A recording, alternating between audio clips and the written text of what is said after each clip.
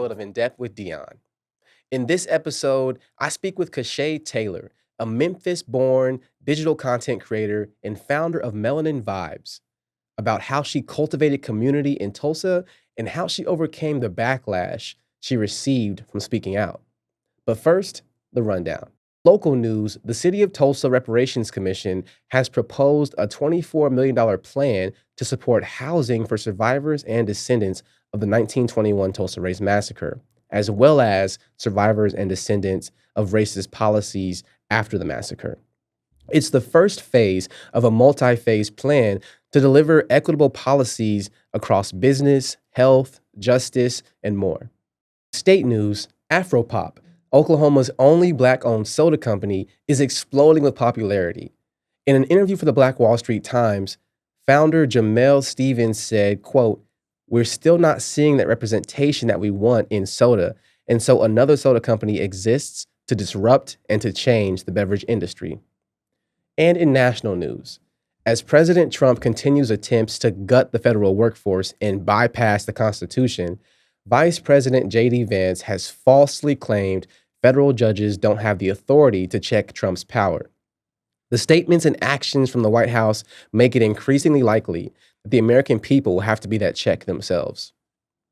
And those are some of the headlines. This is In Depth with Dion. I'm your host, Dion Osborne, recording from Tulsa's historic Greenwood District. One person that I've had the pleasure of meeting here in Tulsa is someone who is a transplant who moved here as an adult, but has really used their time here to build community, to make space, and to create resources for other people to thrive. So I'm really, really grateful to have Kashá Taylor, aka Melanin Vibes, Hey, y'all. Hey. on the studio. How are you doing today? I am good. How are you? How's Look, the audience? How's the audience? I am doing good, and we've been getting a lot of support so far, Good. and so I can't really be anything but grateful. As you should. And so I guess first of all, thank you for coming on and sharing your perspective with us. Well, thank you for inviting me. I mean, it's always a pleasure and a joy to be able to share your story, not on your own platform, but, on your peers' platforms. That's an honor always to be recognized by your peers, just to tell your story and to, inspire others to hopefully do the same. Look, so I want to get into all of it. I want to get into what made you move to Tulsa, why you created Melanin Vibes, and really what's next for Kashá. Yeah. But first of all, I want to start with how we first met so people kind of understand. Mm-hmm. I believe it was a community walk, right? It was. It was a Terrence Crutcher community walk. That's right.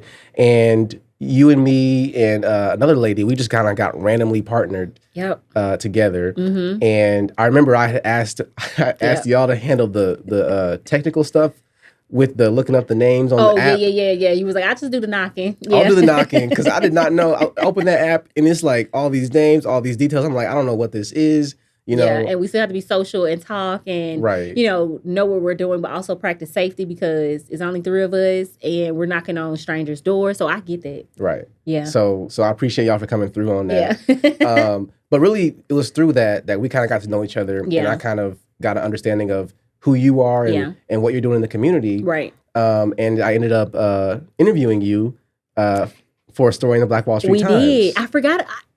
I didn't know that that's how we connected. But yes, I forgot about that. I had to go back and look because it's been a while. Almost 3 years. Yep.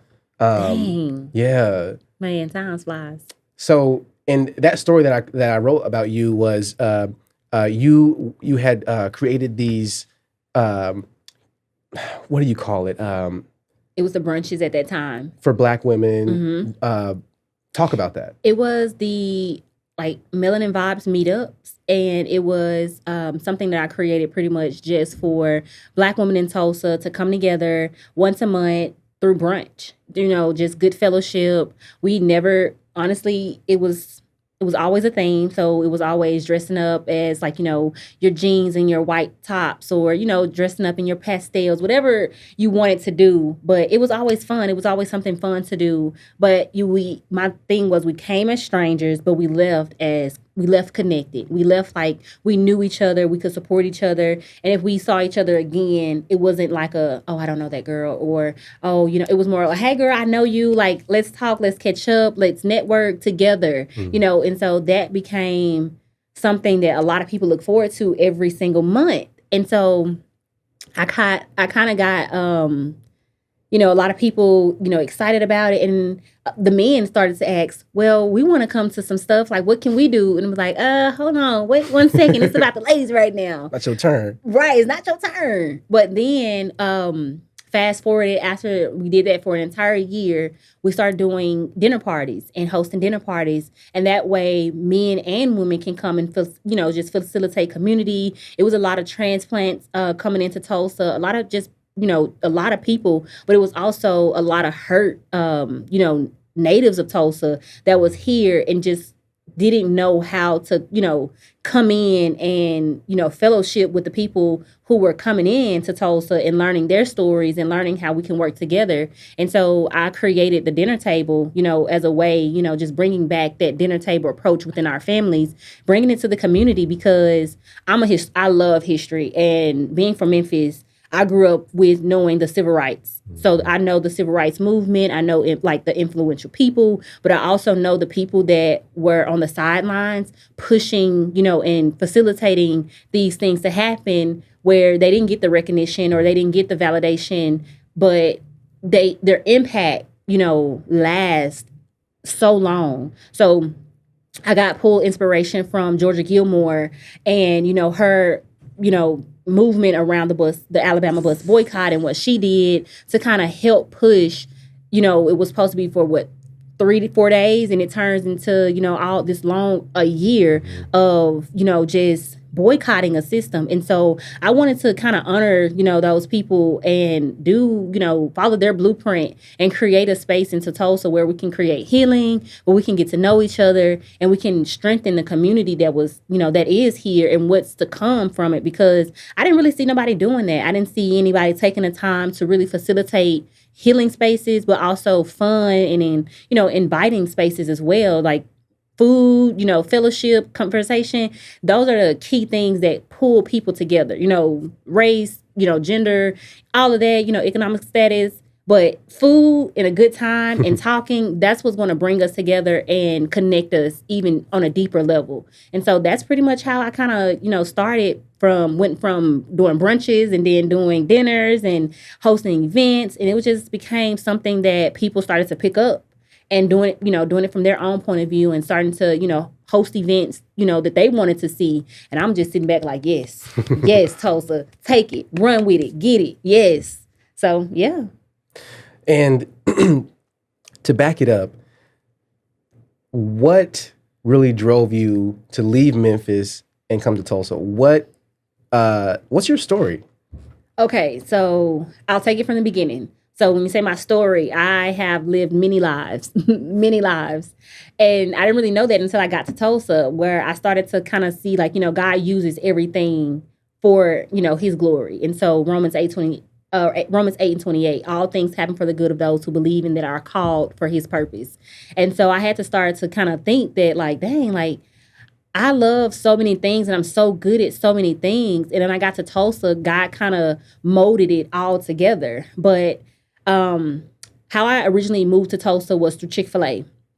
And so during the pandemic, it was right after me walking away from social work, from my degree in social work, because I couldn't find my niche. I was like, okay, I went from working with, adolescents and, extreme behavior issues and, wanting to see if I wanted to become a therapist and, just navigating the roads after college. Yeah. And I work with, mentally challenged individuals, adults. I worked in a after living facility.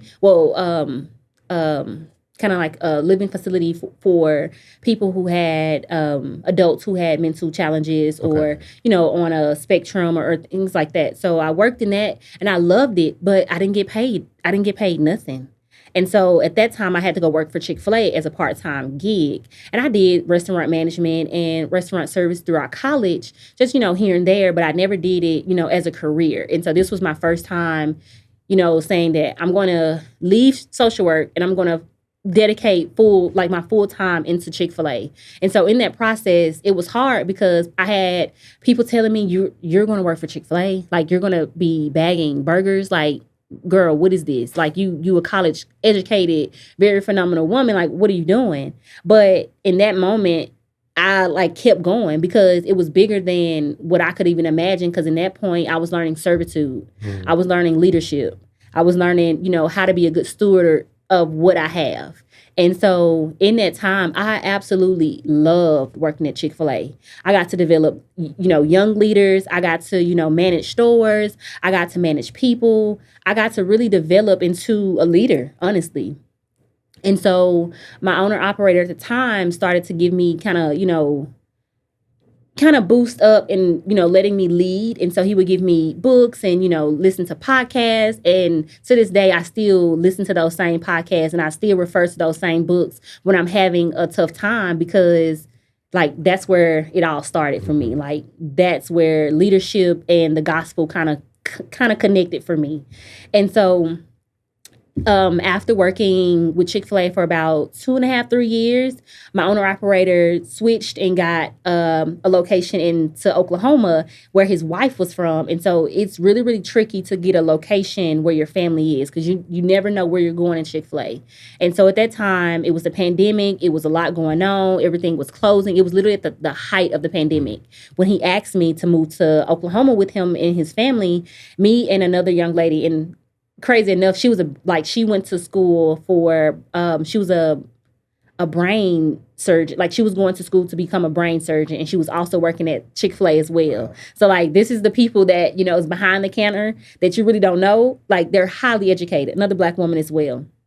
But at first I told him, heck no, I ain't moving. My family here, like I'm grinding here. This is where I know Memphis. No, I'm not giving it up. But then God started to work on my heart. And when he asked me again, he was like, hey, I know you said, because at that first it was like more of like, would you ever move to, leave Memphis? And I was like, no, I tried it before in college and I'm always coming back. I tried that, after leaving high school, and I came back. But now it was different because God kind of started to change my heart, and I just knew that something was coming and I was supposed to say yes. And I didn't know what it was, but it was just that feeling that comes over you. It's like, okay, now I know it's the Holy Spirit. But like now it was like, what do I do? How do I do it? And so eventually I said yes, and I prayed, Lord, if this is where you want me to be, make this transition easy, smooth as possible, make it to where like, everything is aligned perfectly. And when I tell you everything was aligned perfectly, I knew that I was moving. I had maybe like a month and a half, 2 months to figure out, the logistics of it. And everything went perfect. Like I had an apartment, the financials got into place. My boss gave me money to move as well. Like my parents stepped up, and literally my whole entire family got into the vehicle, like packed up my apartment, put it on a U-Haul and drove me down here. It wasn't just my mom, my dad, it was my entire family. Like my entire family like handed me off to my manager and said, we're giving you our baby, so make sure you take care of her. Like we're leaving her in your hands. And so during our grand opening, they came back again. But yeah, it was literally like I always tell people, when you listen to people's stories, God is in the mix in Tulsa. Like if you don't understand what's going on in Tulsa, God has a special hand on Tulsa and a special light. And it's like a waiting room almost. When you're sent here, it's like a waiting room. And it's like a propel for you to rest and regroup and learn all you can and do all that you can while you're here, because the next place that you're going to end up you're going to be used in that space, because Tulsa is a launching pad. It's it's a waiting room for greatness. And so that's pretty much how I got to Tulsa. And it was a pandemic, and it was, if y'all know Tulsa in 2020, you know Tulsa in 2020, and I was new to Tulsa. So to be able to ride down and to, hear whispers of Trump coming into Tulsa. And when I tell you, everybody started to board up. When I got off of work that night, when they were saying that the rally was going to take place, well, it did take place. Yeah. My whole the street was like boarded up. I'm like, is there going to be a riot? And at that time, all I knew about First 48. All I knew was First 48. and how people say, you going to Tulsa? It's First 48 there. And I'm here by myself. I have no one here. Like, I'm literally here by myself. Yeah. And so at that point, I became very like, oh, heck no. This can't be what I thought it was. Like, no. So after kind of overcoming that, I started to see like, okay, I can't be the only one. And as I prayed, like, God used my superpowers for good. And what can I do? He told me to pick up my phone and start recording these interactions and to get out and to do things. I was here a year. And so in that year, I would just go home, go to work, and that's it. And I'll do road trips to like Dallas or, go back home to Memphis. But for the most part, like being secluded and locked down in 2020, it was difficult because I was literally here by myself. Yeah. So, yeah. Well, and you talked a little bit about, what Melanin Vibes has turned into. Mm-hmm. Can you talk about once you realized, once you got that message from God and you realized, you know what, this is something I need to lock in on. Mm-hmm. What was your goal with Melanin Vibes? Yeah. And what has been the response from the community? Honestly, when I first like prayed, I didn't expect it to be something, that it is now. I truly never did. And so it was more so of just like purpose in a sense. Like you're looking for purpose, you're looking for identity, you're looking for, something that it's there, but you don't know what you're looking for. Like you have an inkling, but you don't know for sure. And so for me, it was more so like I prayed that, and like I had a cell phone. And so, I never really thought of myself as a content creator or influencer or anything like that. I just picked up the phone and just started like recording my interactions when I would go out to a new restaurant, when I would go out to an event. And at this time, I had a friend, and she was through, her name was Jateria. Jateria was someone who, it was a random exchange.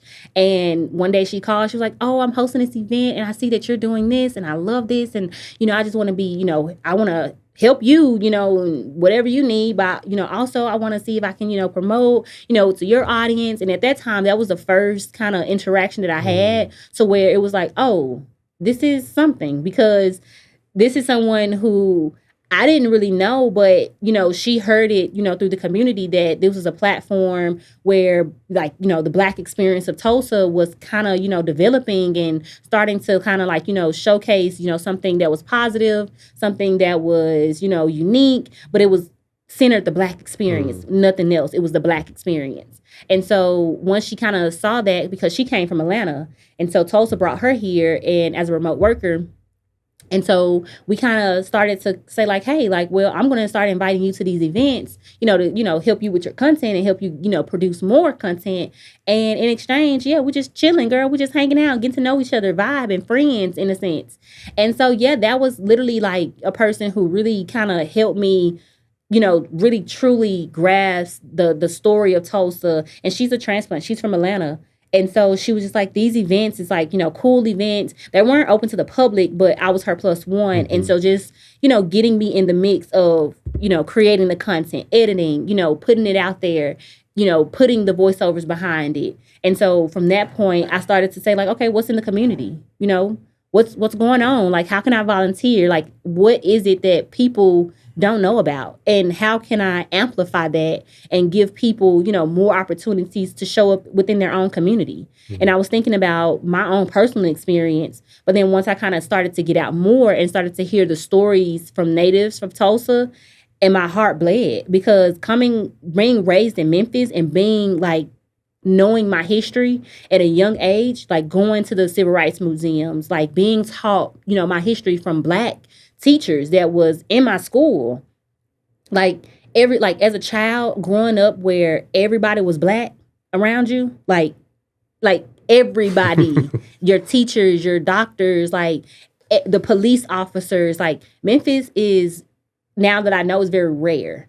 And it's a beautiful place, because now, like, as a younger kid, my mayor was Black. Like, everybody was Black. Like, I grew up under Mayor Harrington, and he didn't play.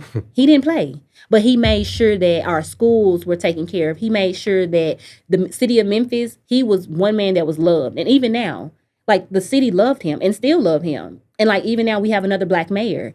And this is nothing new for us. Memphis has always been my heart. Like it has always been the reason why I show up so unapologetic, because I was raised to show up as my Black. Like I'm Black first. Like I'm Black. Like that's the first thing you're gonna see is I'm Black.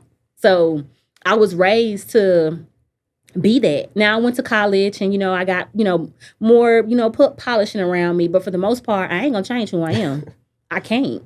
And I hope you don't. I never will. Like I think authenticity is that one thing that breaks all barriers. And,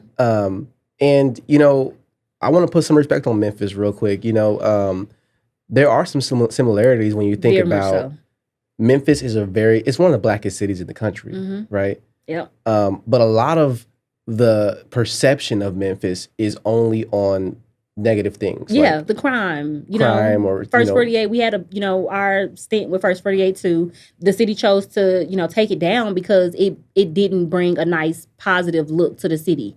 And so, it's revenue, but you don't have a nice for tourism and attraction. It's horrible for your city. It's horrible. And so that's the same thing with Tulsa. Like you said, it's so many similarities. But I'll let you finish. Go ahead. No. I mean, I think you kind of beat me to it because I don't want to launch a campaign myself, but I would really love to see First 48 taken down in Tulsa. Yeah. For the same reasons that you explained. And when you talk about how you grew up in Memphis and you grew up in your Blackness. You celebrated your Blackness. You were unapologetic. There is a difference in Tulsa. Yeah. And I wonder if you've noticed that, where a lot of the native Tulsans, a lot of the Black native Tulsans, it's taken time for some of them to become unapologetic, to be confident in their Blackness, to stand up for themselves. I grew up in Lawton, Oklahoma. I'm not from Tulsa myself. And I remember vividly when I came here,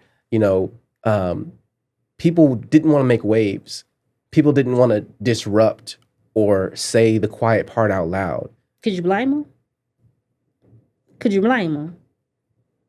And I'm going to share my personal story. Just when you're the person who's speaking up and who's not tolerating, you become the icky, ooh, don't invite her. Don't, you get blackballed. You get, honestly and truthfully, when you become that, especially in Tulsa, when you go against the grain and you start to speak up about the things that, you see that are wrong, you become that person where they don't want you in the room.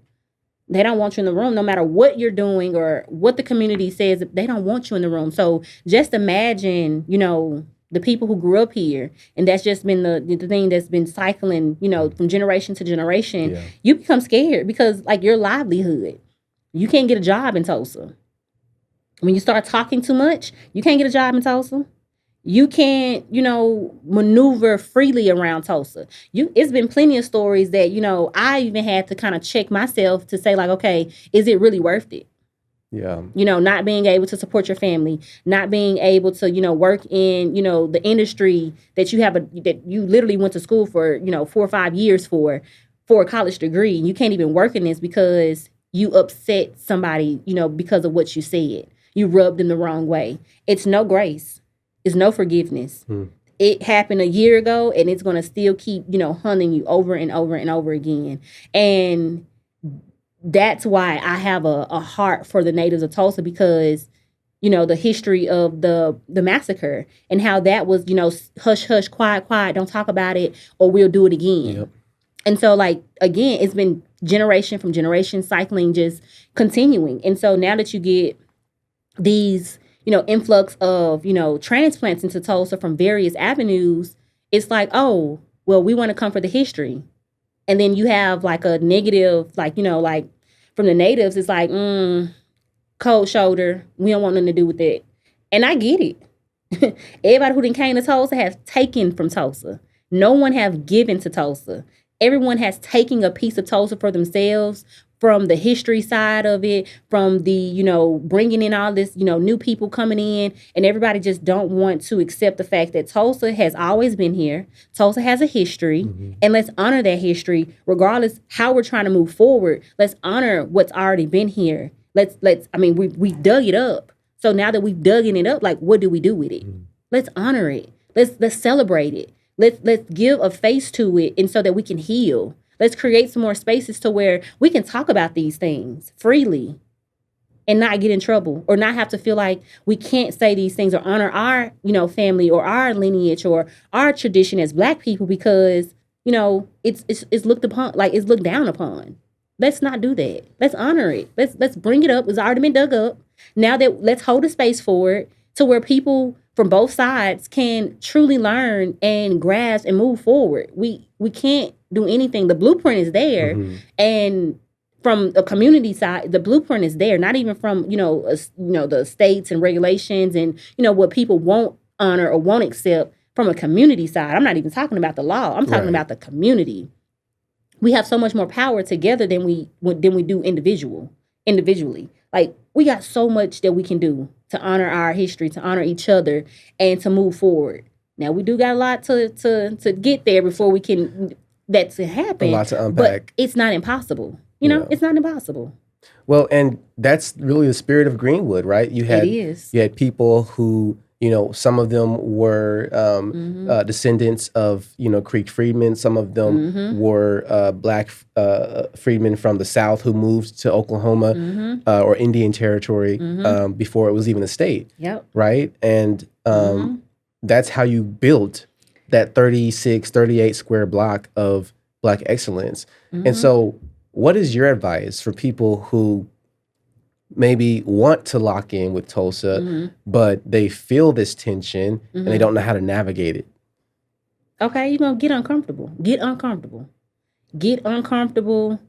And when you feel like you're uncomfortable, that's when you're in the right territory. When you feel like, I don't supposed to be here, this is too heavy for me, that's when you're in the right territory. When it's easy, you're not in the right territory, baby. You're not doing the work. You have to get uncomfortable. You have to, that little knot in your chest, it has to kind of form. That's the first step of it. It's to get uncomfortable, even as Black people.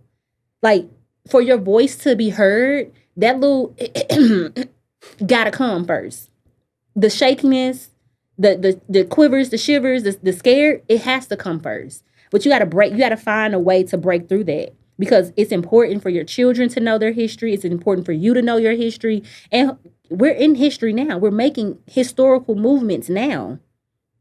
So you could be the next person that's in history that gets honored for their heroic acts that, paved the way or changed an entire city. You could be that person. But you have to get uncomfortable first. Not even just white people.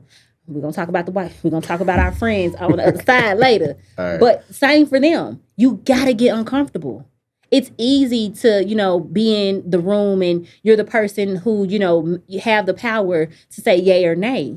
But it's easy to go with your friends. It's easy to go with your Jewish friends because y'all in, the Jewish community together and money gonna talk. It's easy, honey. It's easy to go to be with somebody that you go to church with. But what about the people that, always getting overlooked? They always, getting dismissed. How can we amplify those voices? How can we amplify those spaces? Because it's the same thing. Once we get uncomfortable, once we pull out what we need to pull out and identify what those are. What are Tulsa triggers? Like, it's an individual. We have triggers. This community has a lot of triggers. People being left out, people being overlooked. The reparations is an entire trigger for this entire community, because how are we going to recognize, but we're not going to honor them with the correct way, in the correct way. I get logistic wise, I understand it, but at the same time, we cannot honor it without doing right by it. Simple. Get uncomfortable. Have the conversations. It ain't all about the money. The money is good. The money will help, next generations, secure their future. But you can't put a price onto what, those people lost. You can't. That is not a price. So the money is cool, but it's not everything. It's not the end all be all. It's so much more that we need as a community. We need resources. We need education. We need understanding. We need therapy. That should have been the first one. We need therapy. We need to talk these issues and these emotions out, because all we're doing is being triggered over and over and over again without having any type of healing, all you're going to do is trigger me, upset me, and then send me in a corner and punish me for being triggered and being this way. Like, not having any rationality to my emotions. You're going to send me in the corner, spank me, and make me pay for all these big emotions that we have going on. Well, and on that note, you're someone who's been very vocal and outspoken. I try to be to certain extents. Yeah. But in an unapologetic way, not to simply put people down, or call people out, but to call people in so that we can address these issues. Yeah. What has your experience been like? If have you been blackballed, and how did you overcome that? Ooh, how much time we got left? Hey. Honestly, I have been blackballed in Tulsa. And that's how I can speak on it so freely. That's how I can say these things. I'm not coming from a he say, she say. I'm coming from, this is my experience. This is what I've experienced in Tulsa. Just navigating and being that person where a lot of, people of color, Black people, just people of color in general look at my platform and they say, wow, I want to do what she's doing.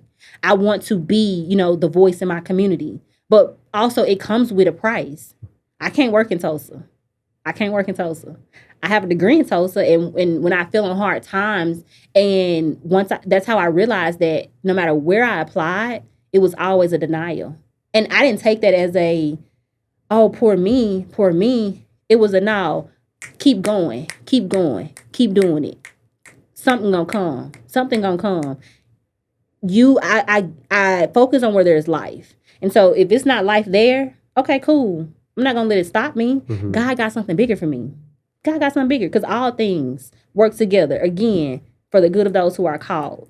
That's it. So I might not be in this space where you don't want me in this space, because I've upset some people, and I take full responsibility for my actions, because, again, like, being unapologetically Black, I'm not going to tolerate some stuff. But I've had to learn that my mouth, it has to come in a different way. I can't come in pointing fingers and you gonna do this and you gonna do that, because I don't play that. I had to learn a very horrible, very valuable lesson that's not how I can communicate to certain people, even though you wronged me, even though you deserve what you got. I can't do that. I can't. And so I had to extend grace to myself first. And then once I learned to extend grace to myself, I had to leave it alone, leave it in the past. And even though I hate it, and learning this lesson as a Christian, I'm trying to, be born biblical, follow the biblical practices, and just be a good human. Not a good Christian, just a good human, right, from those practices and those principles. But these people, I had to go in a, not a physically apologize, but I had to show back up in these rooms with these people. I had to apologize to some of these people, because as a Black woman, you know what you leave behind. You can either close the door after you leave, or you can keep a door open. And unfortunately, I could have closed the door for a lot of Black people in a lot of Black spaces. But once I became aware of that, I was like, oh, my grandma she clutching her pearls right now. She knew what I was doing. If she knew my behavior, even though they deserved it, it could have been in a better way. And so once I learned that, I had to apologize to some Black people that was in that space, because as a Black person, you can either make it or break it for other people. And so once I realized that, okay, I had to come to terms with my wrongs and right my wrongs as an adult, because let's be honest, we got to do that sometimes. And it ain't always easy. And I had a lot of, dark moments, and a lot of, moments, because, like, my family's not here. And so I felt like I was alone a lot of the times. Like, I had my fiance, but he's white. So I had to, educate and explain to him even the things that I was going through. There was still that cultural barrier there. It was still a cultural barrier. Like, I wanted my mama, because, baby, how dare you do this to me? I wanted my mama, because y'all really playing me. Like, playing me. Real playing me. I ain't gonna get into the details, but y'all played me real good. But now, on being on the other side of that, I am so happy and so, like, overjoyed that, like, even though, like, I wanted to work, even though I wanted to be just, the regular smuggler, go to work and come home and just do nothing and just, that's my life. God did not make that for me. He didn't give me what I wanted in that season because he knew that I had more to give. I had so much greater to give. And so now being on the other side of that, it's like, wow, like I'm free. Like I don't owe anybody my creativity. I don't owe anybody, like this is free for me. Like I create very freely. I don't create based off of a dollar. Oh, you paid me to do this, so I have to render this. No, that's not how I create. And so thank God I didn't, just fall for the okie doke. I didn't. I literally cried a bunch of nights. And once I realized that, okay, girl, you've forgiven yourself. God has forgiven you. You are a child of the Most High. That ain't how he don't hold things over for you. He don't put you in a corner, spank you and make you constantly pay for these things. That's not the God that we serve. That's human. That's a human experience. And although you're having this human experience, girl, the spirit is rejoicing for you right now. And the spirit, like, it's rejoicing because the things and the impact that I've done. And although I may not get validation, get credit, get recognized, be on the panels, I know who's watching. I know who have, I know what my content has sparked throughout Tulsa. And I'm cool with that. I don't want the glitz and the glam. I don't. I'm just happy that I can take the blueprint from the historical moments that I've got to, learn about.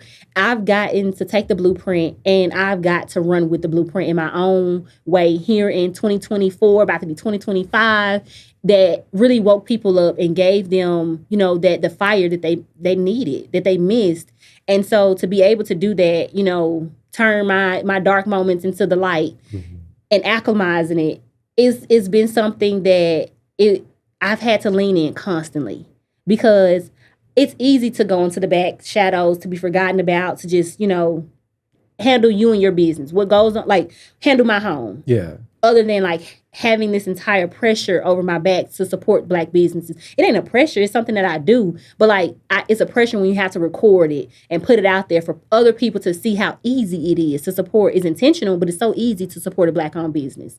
It's so easy to, share your experience or share a new business on the block because 9 times out of 10, they're not going to get the marketing that, other, so-called bigger brands is going to get when they, get a grand opening, of a Starbucks. Like, people gonna shop just because it's a Starbucks. But when you get a local owned business or a Black owned business, like it goes down. Like the percentage of marketing opportunities or just foot traction from like local business compared to like higher earning like chains, right? It's ridiculous. And so we've gotten so consumed with shopping, the brand, the big brands, that now it's like, okay, now these brands have showed us they don't support us. They don't care about us, even with the DEI. The DEI was, I always say, Brown versus Board of Education. Brown versus Board of Education. That's when the separate but equal was ruled unconstitutional as far as being separate but equal. It was unconstitutional. And so that's where the integrations and that's where all this, started to happen. And that's where we got the DEI protection and all of that from. But here it is, 60, 70 years now, it's been overturned. And everybody's starting to show us how they felt about us and how they feel about us because they're no longer upholding the DEI. And I get it. Everybody have their, this is good, this is bad, this is yes, and this is no. I get it. But this was a protection for our community. We got the education. We got the equalness out of it. We got to be in these spaces. What did we gain? What did we learn? What can we bring back to our side of towns, our schools, and give back to teach these kids, to teach the next generation? What do we have? And that's the thing that is the question. Don't let this be the killer. Don't let this be the end all be all. What do we have to give back? What do we have to sow back into our families, our communities? Let's not think that it's the end all be all. Like we don't have like opportunity. We don't have no, we got something. We have a blueprint and we have plenty of opportunities. We're not limited to where we can go and where we cannot go. We're not. And we get the full autonomy to choose where we give our money to. And so why would I give my money to Walmart when Walmart don't even uphold the DEI standard? Not only that, they don't even support They're employees. Like they don't. Like they became, I mean, great. Amazon too. It's convenience. It's great to go into these stores and have convenience and go to one store and not have to do anything else. But think about your great grandmother. Think about, your great grandfather. Think about your generation, your lineage. Not even saying historic. Think about those people. Right. Listen to those stories and see that it wasn't as easy for them. And if it wasn't easy for them, we can have the best of both worlds. We can intentionally support the businesses in our community, whether black or white. And we can shop, at the local resource or shop at Target intentionally, because these are the places that support our community, support the creators in our community, support local. That's it. You just gave a whole sermon. I guess one reason that your story, your perspective resonates so much with me just on a personal level is because I also had to navigate, learning how to communicate the problems and the solutions, because I've always been that guy who was, speaking, spoke his mind on social media, in person, not in a I'm coming for you way, but in a this is a problem that I see other people see, right, that they're not talking about. Let's talk about it. And so I've definitely had my own journey of taking time away and then coming back to the work. That's important. So I guess we all have to find what drives us, outside of the glitz and the glam, outside of the likes and the comments, outside of the revenue. And my last question for you is, what's next for Kashá? Well, I'm going to drop an exclusive. Some of my close people in Tulsa know, but I'm not going to say unfortunately, but fortunately, my Tulsa experience has come to an end, and I don't know, my emotions, I'm gathering my emotions when it comes to just my transition out of Tulsa, because it's bittersweet, definitely bittersweet. Definitely got some great opportunities ahead of me. But my new home will now be in Austin, Texas. And it's crazy because people compare Austin, Texas to Tulsa and what Tulsa is trying to become, the next greatest city. And so I know God is going to use me in that city. I know God is going to use my experience here in Tulsa. And I'm just excited to see just what's next for me. And so me and my family will be transitioning in the new year. So congratulations. I'm so excited. Thank you. Yeah. Well, you always have support here in Tulsa, and you're always welcome to come back on this podcast and give us updates about what you're going through in life. I will. And I just wish you the best, because I know whatever you do, you're going to make a huge impact. Thank you. That's crazy, because I go get my hair done on Greenwood at the lock shop. Shout out to Gina. And one of, in those dark moments, just walking off what you said, people have always told me, you're going to be great. You're going to do great things. And coming from a kid, who grew up in foster care, lived in Memphis, in very troubled neighborhoods, when people tell you that, it's always okay, yeah, whatever. But then, it took for this one person, which is Gina, who's, my loctician. It took for her to, come in, and I'm just what they say, I'm silly. I was feeling mighty down, Miss Silly. I was feeling mighty down, Sophia from The Color Purple. Mm-hmm. Just having one of those moments of just asking yourself, is it worth it? The treatment that I'm receiving, is this really worth it? To be. Then I thought about people who came before me, and I'm like, they did it. So I guess it is. But she always, every time I would leave, she was like, I see greatness in you. She was like, I see greatness. Every time, I don't know. She was like, every time I see you, I see greatness. You're going to be, you bad. I see greatness. And so from a woman that I look up to, who's also just, just equally as great in her own being, and her ministry of doing hair, but it's so much bigger than that. So people who get their hair done from Miss Gina, it's spiritual. It's a moment. You clear your books just to go into your hair appointment with Miss Gina. I wouldn't spiritual. really know about that one. You get your hair washed. You can go in there and talk to her. She's very friendly. She owns a shop on the Greenwood. But when she tells me that, I'm like, okay, if she see it, I gotta see it. And so sometimes, and I'm gonna leave this with the audience, sometimes when you're in it, you don't always see it. And it's good to have good people around you to speak life into you, because in those moments, it's heavy, it hurts. Sometimes you want to sit in the poor me mentality, but you can't sit in that poor me mentality. You got to say that this is happening for me, and listen to those people that are around you, because those voices matter, and they're going to be the ones that push you when no one else is pushing you. Those are the people that's close to you and that's in your community that love you and that God is using to motivate you through them. So, yeah, people matter. Well, Yeah. you mattered. And regardless of whatever validation you've gotten, haven't gotten, will get, won't get, the impact is there. And it's I felt. appreciate that. Thank you. And that I appreciate. I truly, I appreciate, because, and I receive with an open heart, because you don't always get that all the time. And as somebody, who don't always get that, sometimes it's hard to receive that. And so this year I'm just going to receive all the love that I can get with an open heart, because the work, I'm going to keep doing the work. I'm going to keep doing what I can. And so I'll leave you with this.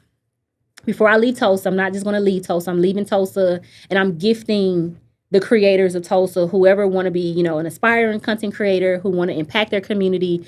I'm literally hosting an event, at Archive, another Black-owned creative space in Tulsa, where I'm literally just going to empty all of my knowledge out on the table. Ask me the questions, like in motivation, the tools that I use, the equipment, how do I edit, personal branding. Like, I'm literally emptying out my brain and just giving all of my knowledge away. And hopefully that, that although I'm leaving Tulsa, like, the work will never leave Tulsa. It'll be here. Powerful. Because that's just my gift. Like, I'm always just going to give. I'm always going to sow into other people, because that's what people have sowed into me. So, yeah.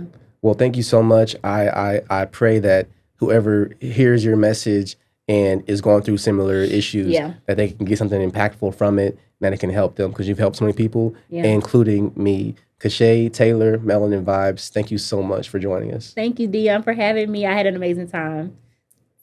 For this week's Community Spotlight, I spoke with Jamel Stevens, founder of Afropop, about his plans to bring all-natural cans of culture to the Black community of Oklahoma and beyond.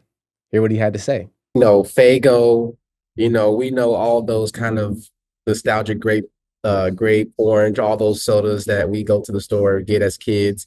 How have you been able to tap into the community and, introduce a new concept with Afropop that, we're not used to? How are you able to get buy-in from the community?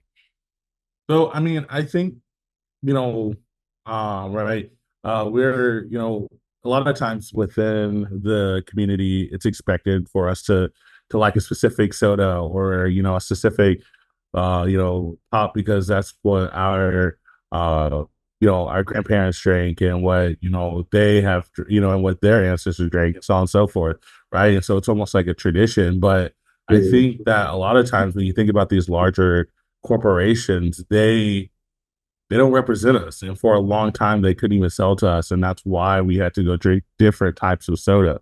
But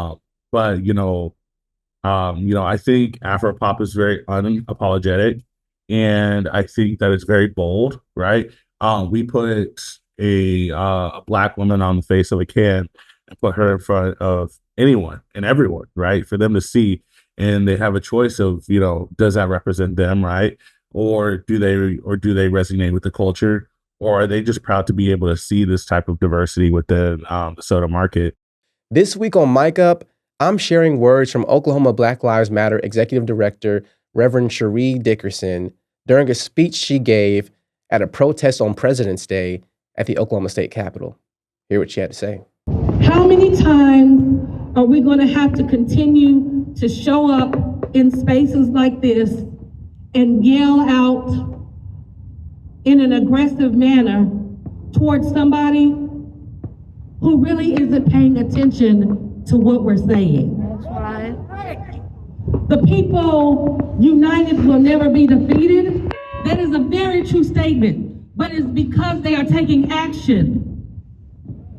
It is because they are organized, they are using strategic plans, and they have decided and are determined to literally do the work. So I'm asking you today, will you do the work with me? Sometimes we're gonna have to do the work with people that we don't necessarily enjoy being in their presence. Do not lose focus. That's all for now. Thank you for joining us on In Depth with Dion.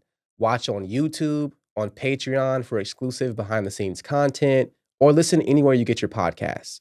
This episode is presented by the Black Wall Street Times. Special thanks to our producer, Jesse Ulrich. And thank you to every listener across Oklahoma and around the country. I'm your host, Dion Osborne. Stay woke.